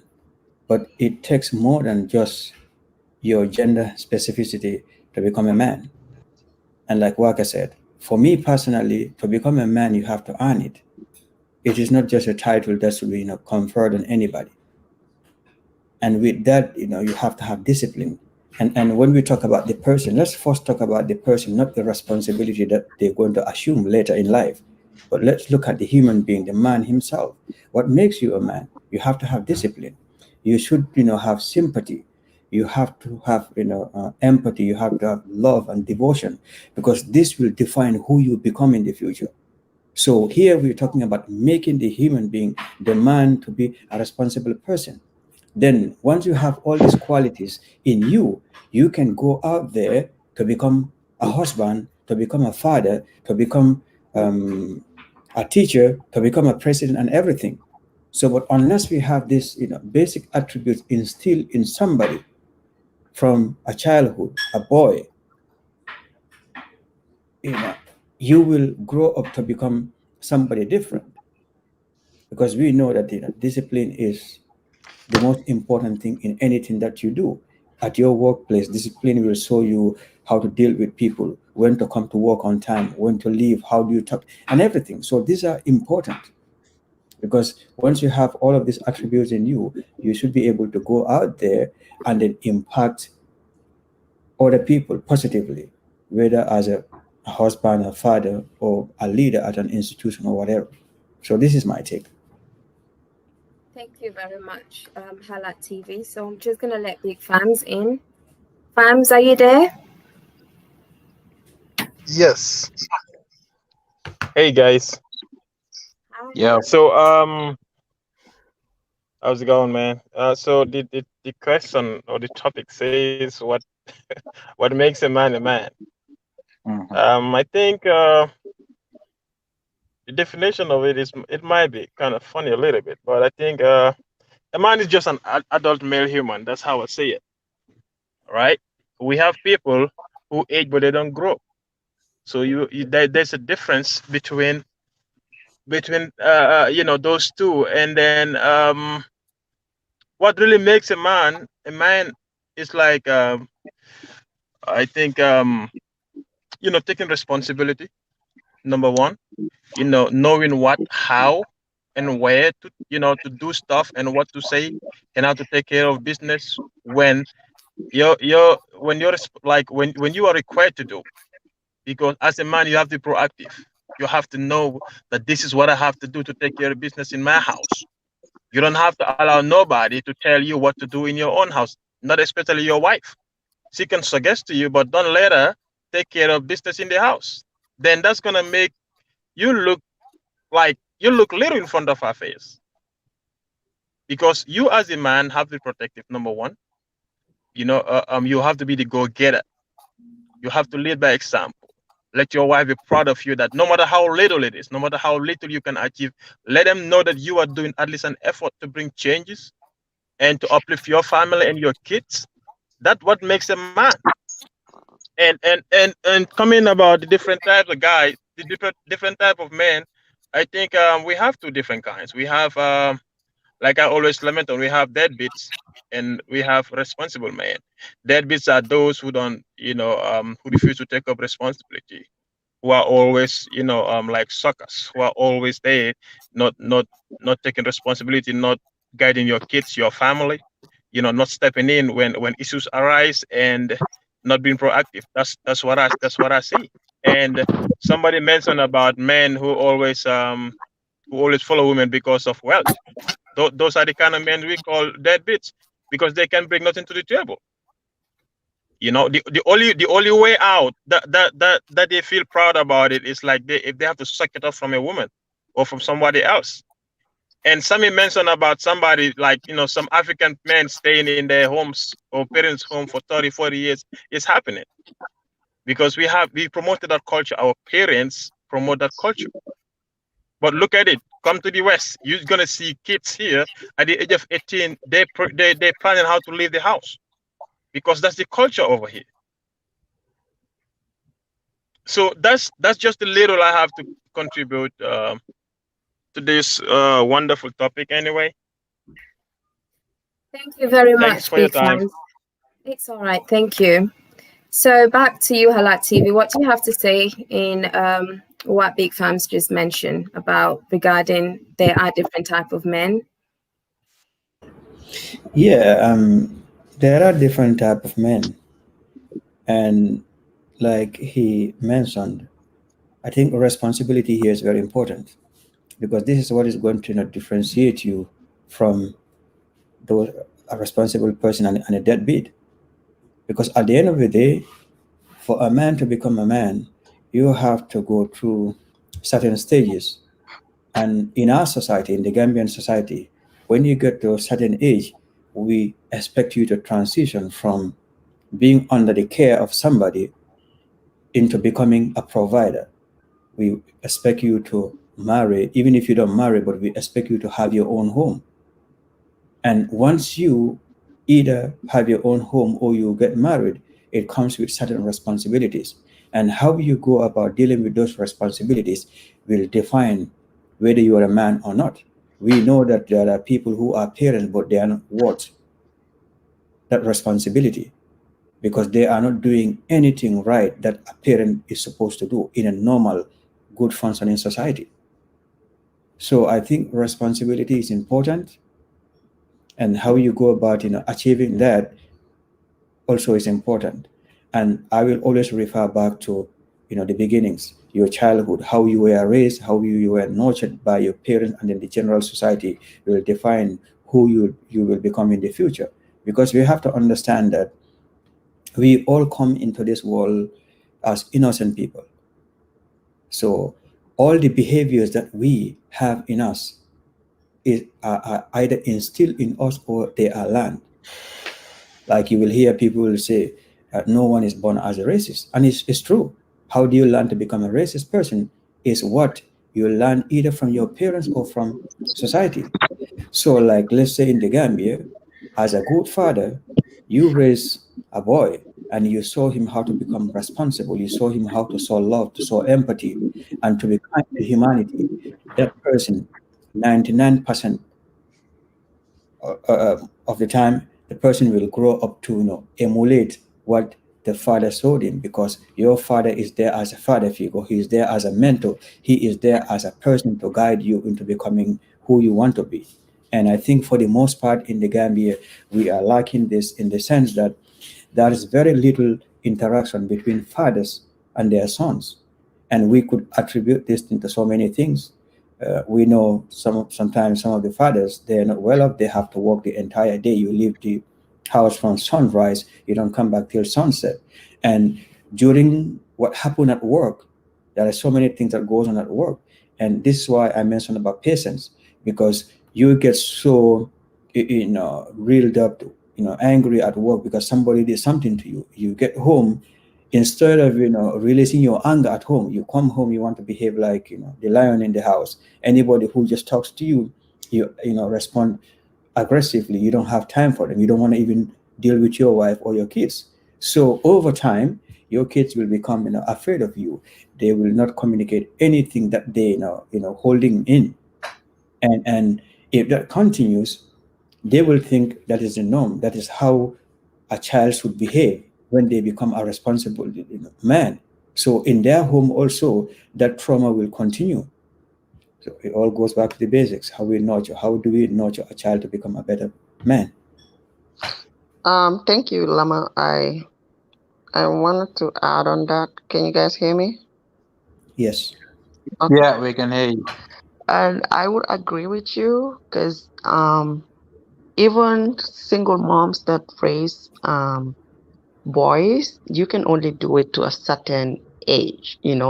There comes a time in a man's life where I don't think a woman can help or teach a man how to be a man.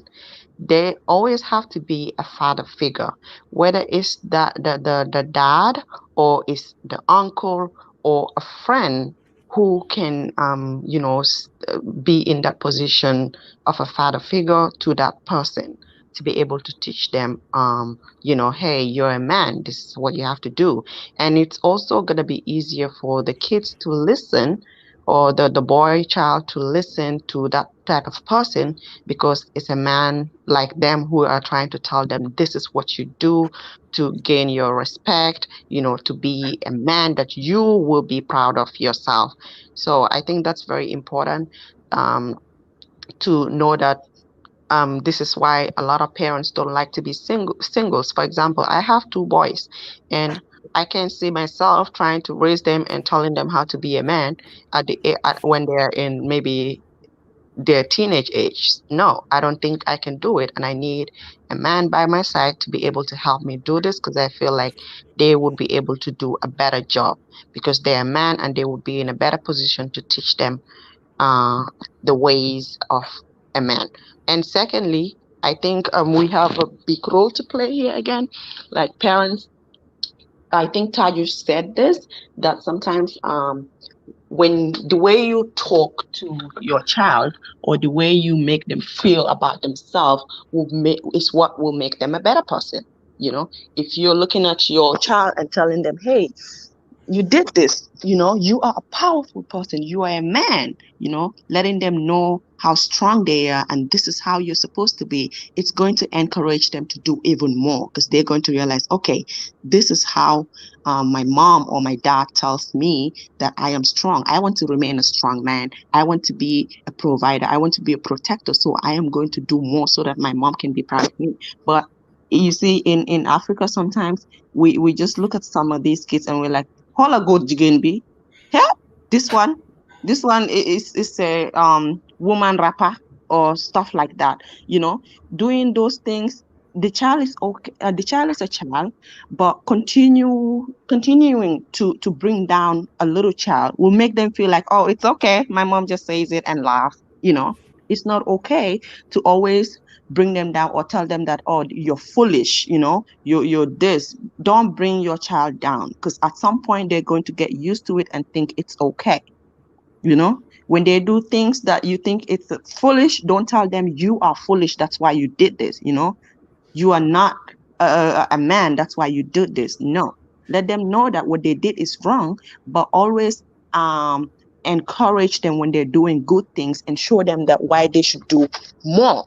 That way, because every child that, for example, if your child passes an exam, okay, let's say they have second position, you say, this is good, but next time I want you to do better. That person that beat you, you have to beat them because you want to show them that you're stronger. Guess what? That child is going to do better next time because they want to show you that they're strong and show the world that they're strong. So that's why it's important the way we talk to our kids, it plays a big role here. In Africa, I know that we're so used to calling kids, look at this foolish child, look at this woman rapper, look at this, you are a stupid boy, you are this. All these things play a big role in how our kids will grow up to be. Yeah, I agree with you. I just want to add something there. I definitely agree with you when it comes to African parents and the way they treat the children. Like, I think it's really important the way you talk to your child. And I think it's generational. I think, it's been brought up from generations because that's how their parents did it. And then that's how that parents did it.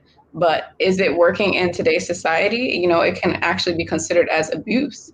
And it's just not good. You send somebody to go find something for you that you lost.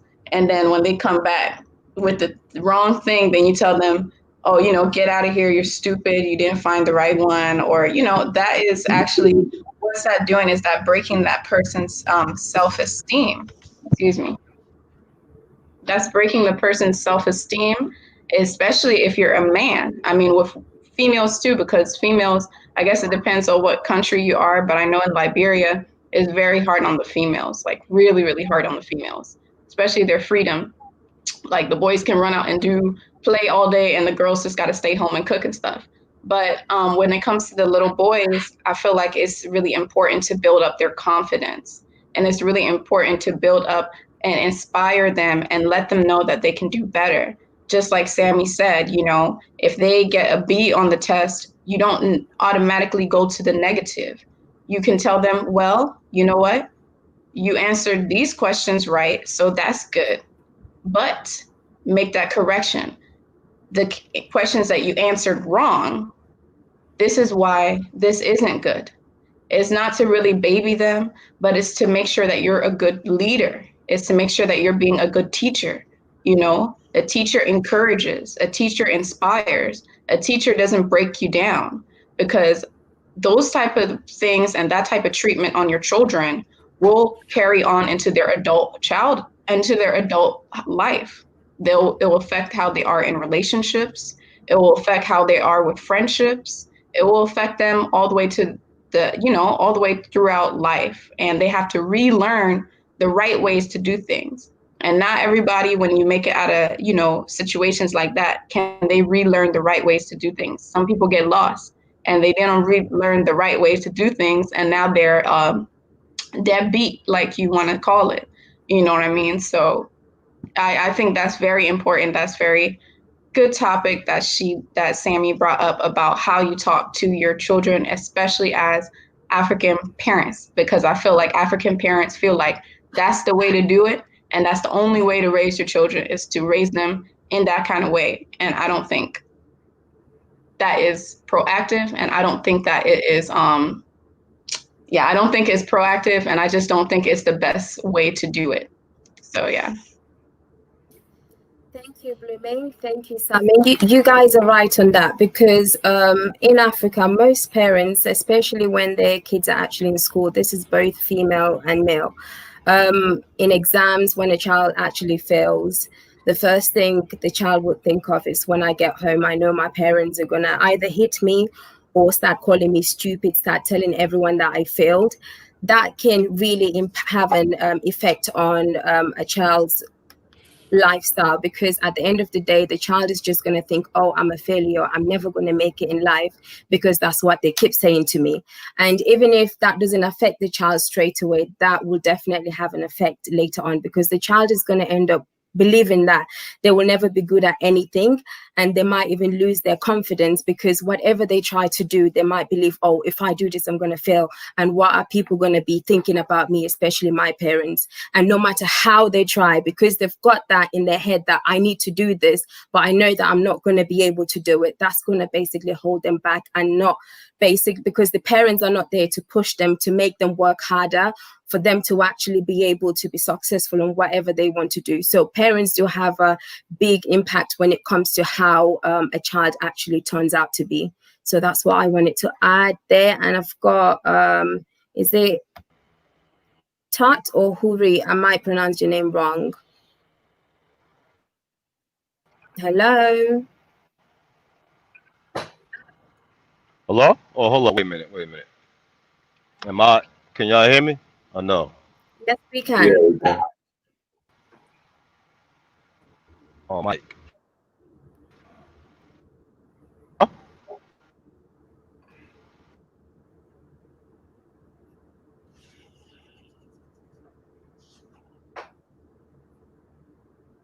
You've muted yourself, or did I mute? Am I on? Yes, you are.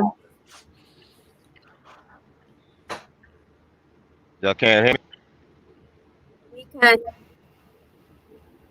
Hello? Yeah, we can hear you. Oh. We can all hear you.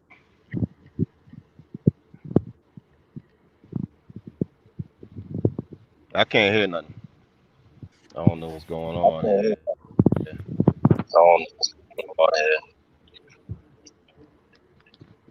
Yeah, we can hear you. Can you hear me? Yeah. I don't know if I can. I don't know. I can't hear y'all. Yeah, but Right, so we just can hear speak you. out. It's okay. Yeah, it's cool. You can just speak. We can hear you.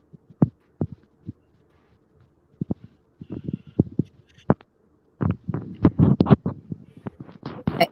While he sorts himself out,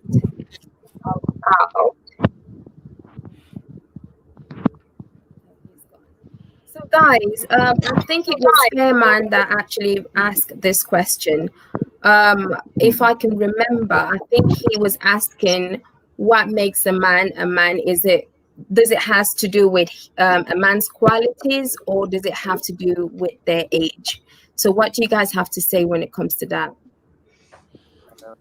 I think like everyone else has said it. I would say. Taju, I'm not sure how you've got your mic again. Can you hear me now? Yeah, much better. There we go.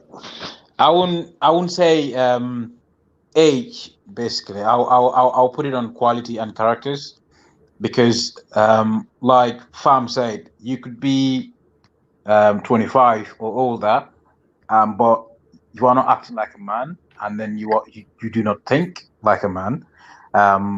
You could be a deadbeat, like he said. And I do, yes, there are different type of men.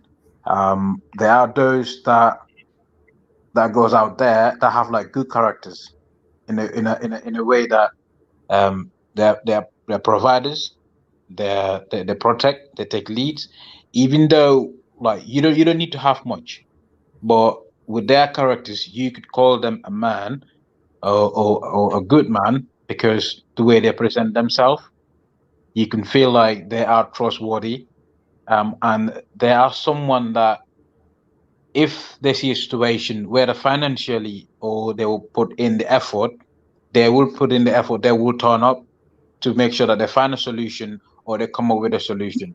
They will contribute something. Unlike you have others that all they will do or all they want to do in life is always find the easy way out, like find someone else to leech off from, find someone else to do the hard work, and then they will just come in and then scoop the benefit. So I think you have those. I would say personally, those are like two type of men. You have men that are willing to take the lead, men who are willing to provide, men who are willing to take actions and always ready to be there. In case of anywhere they can, it doesn't need to be financial. It could be just them being there to contribute, even with their knowledge or any other way. And then you have men that I don't know whether you can call them men who all they do is always find the easy way out. Like we've said earlier on, get married to a rich woman and just chill. Let them do all the hard work, and you just benefit from their money and just eat the money. So I don't think I could call that person a man. I think you are a male, but I don't think you qualify to be called a man. I think that's I'll stop there. We can give the brother a chance again. Hopefully his mic is good now. Okay, thank you very much, Taji. So I think he's muted himself.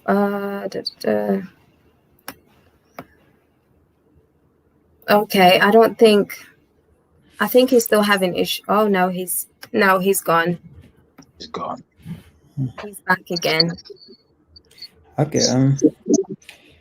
I think the issue of age is a no-brainer. To me, that is not very relevant. But a man who is a parasite, a man who is irresponsible, I don't think deserves the title of a man. The reason is, a man, you should be able to give, not just be at the receiving end. And how do you give? It doesn't have to be just finances, whatever, but your intellect, your wealth, your ability, your wisdom. These are things that you should be able to share with the rest of the world. You should be able to impact, and this is why men like Martin Luther King Jr., men like Malcolm X, men like Mandela, we call them men. It is not because of they have given money to humanity, but is their ability to leave a legacy behind that we can all learn from. These are attributes that makes a man to be a man. What is it that you can do to impact the lives of others? And it can be anything, it can be in any field. But a man who depends on others for his survival, a man who cannot even think for himself, others have to think for him, a man who cannot make a decision for himself, unless somebody hold his hand, cannot be a man. So I think these are some of the qualities that I think differentiates a man from, my brother said, Taju, a male, so yeah. Yeah. Thank you very much, Lama. Sammy, are you there? Do you have anything to add on, or Blooming? I'll go then. What differentiates a man from a male? Like qualities, I feel like the qualities are, to make you a man, you have to be fearless. It's not to say that you cannot get scared. I know some men that are big. I have I have older brothers that are scared of a little tiny spider. You know what I mean? You can still be afraid, but you have to be able to have the courage. You have to be able to have the courage. When you're in that moment where you're afraid, whether it's financial security that's making you fearful, whether you're scared you're going to lose your job, or whether you lost your job and you're scared you won't be able to keep a roof over your family, whether it's a spider, whether it's anything, any type of security. If you're afraid, there's two different things you're going to do. You're either going to fly away or you're going to fight. It's flight or fight mode. And I think when it comes to males, when it comes to man, what's going to make a man is the person that even if he's scared, even if he whatever, he's going to go to attack the spider. He's going to go kill the spider. He's going to go think and use his mind. And even if he's scared, he's going to say, you know what? Well, damn, you know what? I'll clean some toilets so I can make some money, or I'll do this, I'll do that. I will fight through it. So I feel like it's really important. Something that's really going to differentiate a man is fight or flight. Here's a perfect example. When you think about a deadbeat father and you think about a father who's there for his children, it's a fight or a flight mode, because a lot of the fathers who are deadbeats that leave their children and leave the mom to raise the child by themselves, which is absolutely ridiculous. They're scared. They're scared of taking up the responsibility of being a father. They don't think that they're capable of providing. Maybe they don't think they're making enough money. Maybe they are scared. Now, those fathers fly. They fly away. Sometimes they don't even come back into the child's life until the child is fully grown. And the child's like, man, forget you.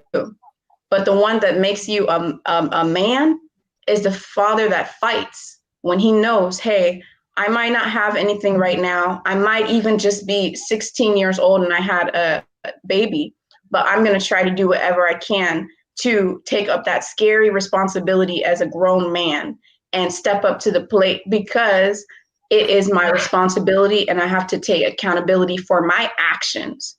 But a man that helps to create a baby because they went and did that with the woman, but says, oh, I don't want to be any part of it, then I will say that you're definitely not you're not playing those roles as a man inside of your life. And that's what I gotta say about it. Thank you very much, Blooming. I think we've covered like everything in regards to what makes a man to be a man. And I think all the important parts, information, we have covered it and people have been commenting as well. Do you guys have any other thing to add before I close everything? Okay, go ahead. You go, Waka. Nah, you go, bro. Okay, I guess like one thing I would add for I guess my men out there is, you know, learning how to build your confidence as a man, especially coming to our age where you're starting to get into the role of maybe looking for a life partner and things of that nature. Understanding who you are and knowing, you know, what values and principles that you have for yourself and where you see you and your family in the future is at least very important for you to start, you know, embedding within yourself. Because the way I look at life is, especially in a relationship, you know, the outcome of that relationship depends on how that relationship begins. So if you're a man who already knows who you are, you have that confidence in the way that you approach this lady, and you know your principles and what it is that you stand for, the outcome of your relationship, or you getting that respect that you need later on down the line within that relationship, it depends on how you start that relationship. So if you know you're, you know, a certain type of man, there's certain things that you like, this and this and this, everything should be brought up in the beginning. Everybody should know who, you know, because women are like this. They get used to what you get them used to. So at the end of the day, if you want to be like, I'm the man, I want to demand respect, blah, blah, blah, blah, blah, come up in that way. Come up confident and say, hey, this is my principles. You know, I respect you, this and this and this, but, you know, this is how I maneuver and things like that. And obviously there's going to be a give and take. But as a man, have that confidence in yourself to say, okay, if you can't work with my principles and stuff like that, I'm willing to change, but to a certain level, and I'm willing to walk away. But it's like, if you just come in there being Mr. Yes Man to everything, you can't go 10 years down the line and be trying to demand something different when they're not used to that. So all I'm saying is just be confident in yourself, have integrity, stand for something, because if you don't stand for something, you'll fall for anything. So that's all I gotta say to all the young men or men who are, just starting out life. Thank you. Taju? I just wanted to add from what the sister said. I think it's blooming, if I'm right. I do agree with what she said, which is really interesting and like really important, because we see that in our society, we see that in the communities, even in our families. You you as a male, you will have a relationship with your partner, with your girlfriend, with a woman, and then you end up bringing a life into this world, and then going down along the line, maybe a few years, and then you disappear. You just leave the woman on their own to raise the child. You know what you were doing in the beginning, like you were not forced into it. Like you get into it. You did what you did, and then you know what you were doing, and now to step up and to take the responsibility, you choose not to. Now, not only have you let down uh, the lady, but then the child.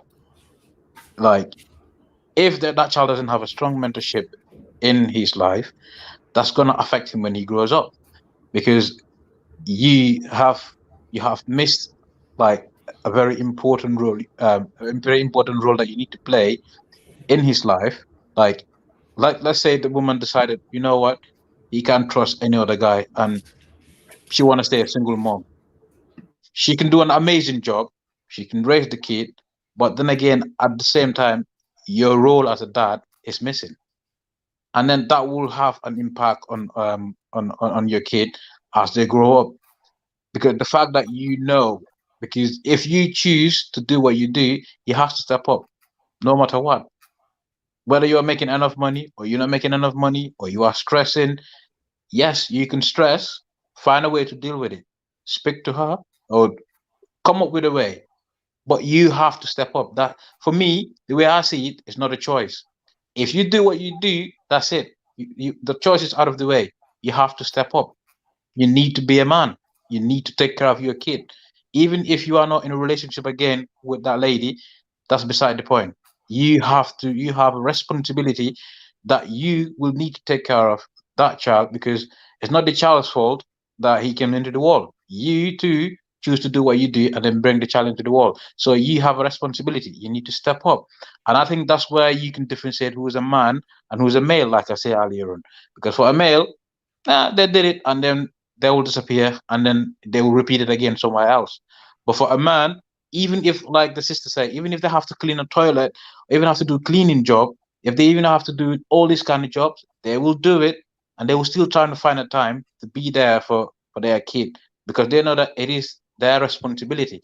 It is something that they've done, so they need to take the initiative, they need to take the leadership, and they need to provide for that child, so that if that child grows up, they will have a certain mentorship in their life, a certain guidelines that they need to follow, and that once they've grown, they will know that, you know what, my dad never had much, or my parents never had much, but they were always there for me, and they've always set me into the right path. They will repeat that, and that, I think, will bring a better generation. So I think, in all, um, I think for us, the young men who are already either married or about to marry or wanna start a family, we need to think about that.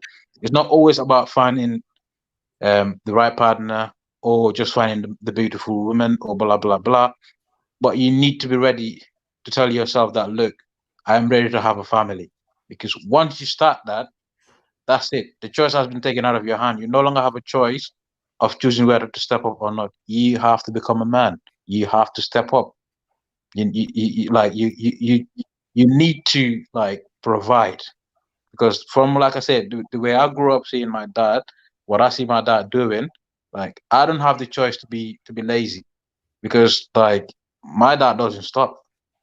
Like he can walk from morning to night, from Monday to Saturday. And on Sunday, he will wake up early and he will cook for us breakfast. Even though he's tired, he doesn't need to do that.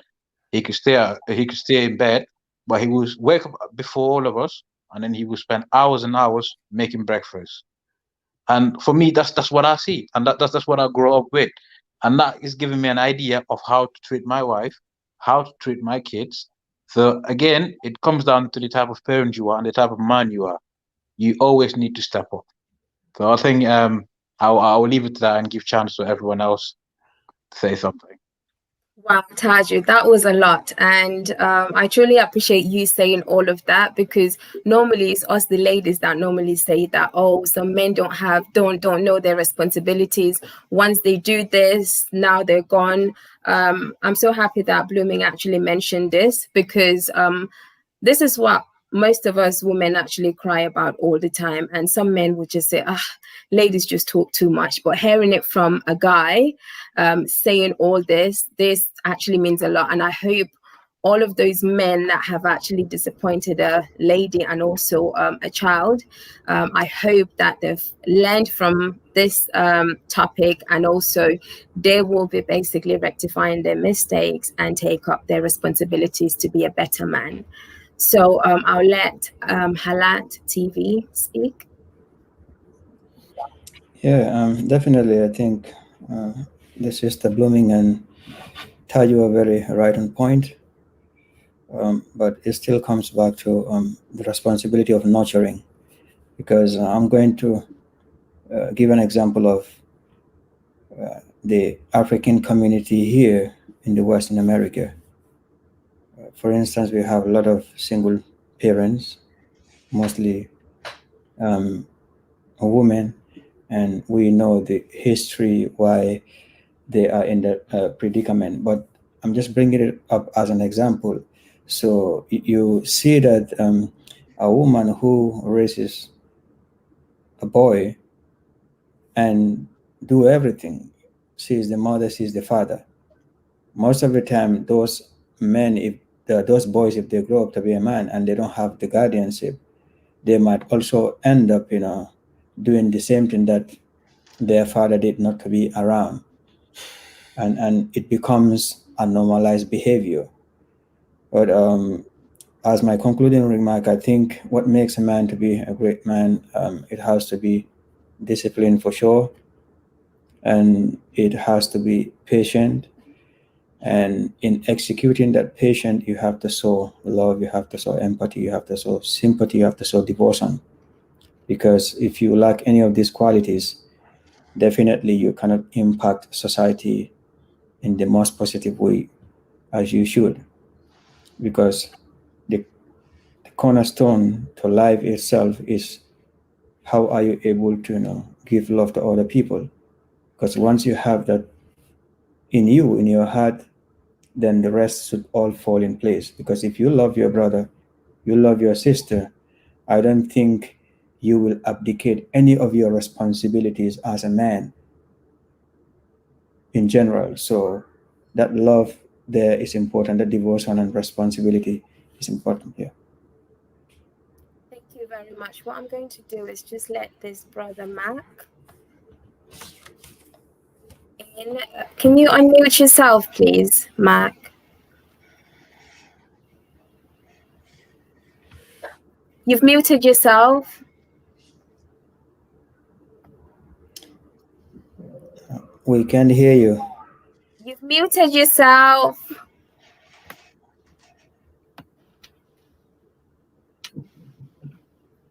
Oh, he going. We can't hear you. We can't hear. Wow. Okay. Blooming or Sammy, do you guys have anything else to say? Yeah. Before I go, well, we keep saying, men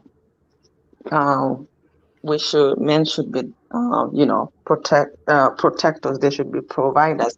But another issue is that who is teaching them or encouraging them to be protectors and providers? Because there has to be someone doing that work first, okay? And you're looking at society. Somebody said we're late. This topic should have been done ages back, and we're not late, because the thing is that things like this are never too late, because we're still gonna bring kids to this world who are going to be mothers, who are going to be fathers, I mean, who are supposed to be responsible people. So if we the past generations is late, then the ones that are coming can do better, right? So I would say we are not late, because what we are doing right here is to help the future generation and change their mindset away from how it used to be. Men, I always base this on African men, because when you're in the diaspora, things are a bit different. Men do take control a bit quickly, whether it's for themselves or because you don't here. When you're here at certain age, some men will say, I'm moving out, or some people will be like, if you're living with your parents, sometimes they will still encourage you to start paying bills. As soon as you get a job at 17, 18, you also have your little bills to pay. But in Africa, there's that culture of dependency. That's an issue, which is why some people turn out to be, very, very irresponsible, because the thing is that you are you were born and raised in this household. You are at 40 or 45, but you eat every day, but you have never contributed an atom to what you're eating every day. So you don't even know what the provider of that food, the person providing that food, and everything that you're enjoying in that house is going through. So we need to teach our kids, our young men, that at certain age you also need to provide. It's not always you eating and eating and eating. You should be able to bring out so that people can eat from you, so that you can see what the main provider is going through. And this is the problem I think some of us have, because I'm going to give an example of a story where there's this guy, married, have like 5 kids, but the thing is that always his people in the diaspora are the ones doing everything. This person will basically call his people in the diaspora and tell them, hey, there's no charcoal, but you're working for more than 10 years, but you cannot even buy charcoal, but you are married, you have a family. I think my problem here is that, why should women be comfortable that somebody else is taking care of their husband and their kids? You should be able to say, no, yes, I will take the help if we want, but I need a responsible man. And if you unfortunately have an irresponsible man, you should be able to change that man, because you're worth more than having somebody else take care of you who did not marry you, if that makes sense. So we should be able to teach these kids how to start providing for the family at a very young age. Teach them how to be a man at a very young age, not always depending on people. I always say this: when you make a child depend on people until the age of 30, 40, they're going to get used to it. And these people are going to get married someday. And what's going to happen is that when they get married and responsibilities come, boom, what they do is they're like, no, I cannot do this. I cannot do this, because they're not used to it.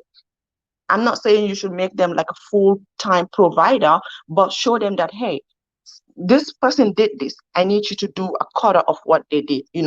Let's all contribute. Let them start contributing at a very young age, so that they will get used to it. And then when they get married, they know they have full responsibility to contribute and provide for their family. But that dependency culture is always my problem with people. But I don't blame sometimes the men, because the people that are giving and the people that are encouraging it are the problem, not the person that is depending. Because if you don't give it, or if the parents say, no, your brother is doing 50, I need you to do 25, they're going to get used to it. They're going to know that, okay, I'm not supposed to depend on this person. But if we're letting it happen and saying, oh, since you're the one that have, you should keep doing it, now that is going to be a problem. They're going to get used to looking at, oh, he has more money, so he has to do it. It's not about who has more money. It's about who is more responsible. who is going to take the place of a man. So we need to be very watchful of that. Sometimes I blame the parents a lot. Sometimes I blame the parents a lot. I'm sorry about that. I blame our parents a lot because they encourage these kind of things. And at the end of the day, they're the same people that will come and say, this one, he's very useless. He's never even given me anything ever since he started walking. But you encouraged it while he was enjoying somebody else's sweat the whole time. Let's enjoy each other's sweat and not just one person's sweat. I'm just going to stop there. Thank you very much, Sammy. That was basically on point. Does anyone else have anything to say? I'm good. I think I've said. Yeah, I think I'm also good, and maybe I'll just suggest either you or Sammy, maybe because we've been talking about men, generally African men, and how they should be responsible enough. And since this is a channel that speaks to Black people in general, I think also in the diaspora here we have issues affecting us as diasporans, especially the issue of this single parenting. Maybe if one of you could bring up that next week, we can talk about it. Because even some of the Africans who are moving to the US or Europe, we do get affected about some of these issues. Like there is a lot of divorce taking place between Africans who are living here, and when those events happen, it affects the kids, and it's now like the values that they've learned back home in the Gambia of being a responsible parent. You just don't have, even if you are separated, you should still be responsible towards your kids. But we see that most of the time when this divorce happen here, some of the parents are responsible. The responsibility goes to mostly the mom and the kids, and that is something which has been normalized here. And I think us talking about it as a community, as Black people, would also be a very appropriate topic because it is affecting our society. So you and Sammy should take up that responsibility. Maybe next week we can talk about that. Okay, perfect. Yeah, that is a really good point. We might do a dialogue, but we'll see if Sammy wants to do it on her own. That is not a problem. I don't have an issue with that. I will still join in and we can still talk about it. So that's definitely not a problem for me. So we can talk about that later, me and Sammy. And thank you, everyone. Yes, Sammy, go ahead. Somebody said something here, said if men are not ready to, if a man feels they're not ready to take responsibility, they shouldn't get a wife.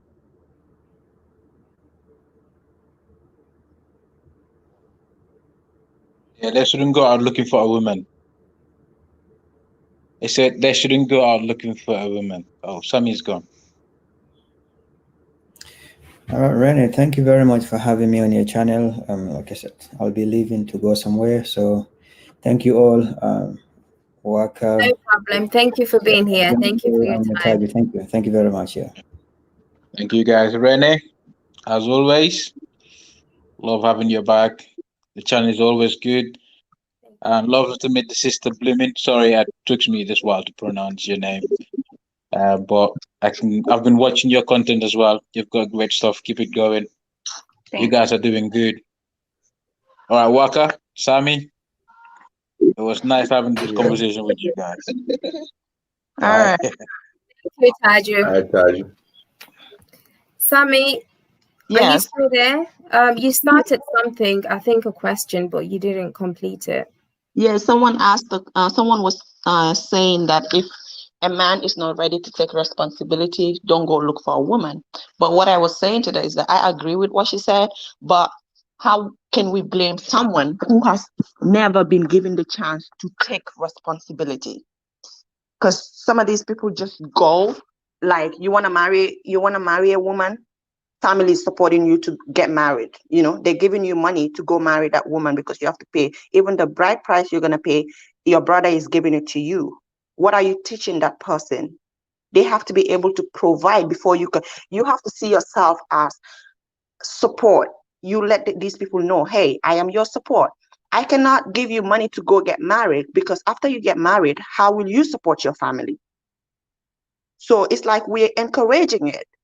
You know, if the man is getting money to go marry people, they're gonna go do it, but they're gonna come back to you and say, hey, today I don't have food, or my kids need school fee, or this and that.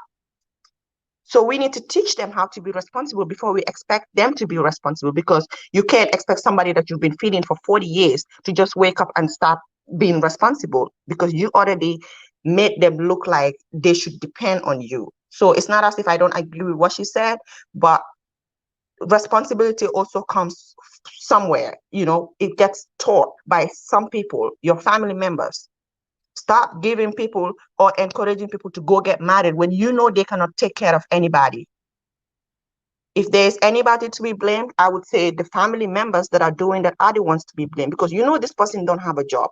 You know, instead of telling them that, hey, you need a job before you get married. Hey, how do we support you? Because when you get married, you need to support your family by yourself. If you're going to support them in that way, but don't support them, help them to get married, but you can't put food on their table. That's just what I wanted to say.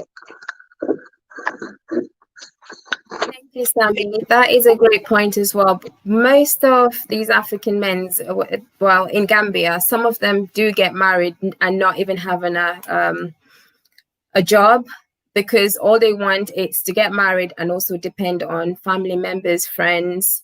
At the end of the day, they won't even have food on their table. At the end of the day, what they're going to do is start begging and expecting someone to actually take responsibility to feed their family, which is absolutely wrong. So if anyone is doing that out there, or knows someone that's doing that, it will be good to actually sit them down and just advise them and try and help them out, maybe to get a job or come up with ideas on how they can actually start up their own small business or something like that, just to own up to their own responsibilities. So that's what I would have to say in regards to that. And I think that's the end of the show. And thank you so much for everyone that has been here today. I truly appreciate it. It is a quick one today. I'm not sitting here for 5 hours. So thank you so very much for tuning in today. If you're new to the channel, please do me that favor and subscribe. Blooming, thank you so much. I truly appreciate you coming onto the channel today. Like Taja said, we do watch you a lot. So well done for the great work that you have been doing, and your project as well, feeding the dogs and everything. It's great. We're proud of you. Okay, take care then. Say hi to you. Hi. Thank you for everything. You're welcome. All right then, guys. See you on my next video then. Goodbye, everyone.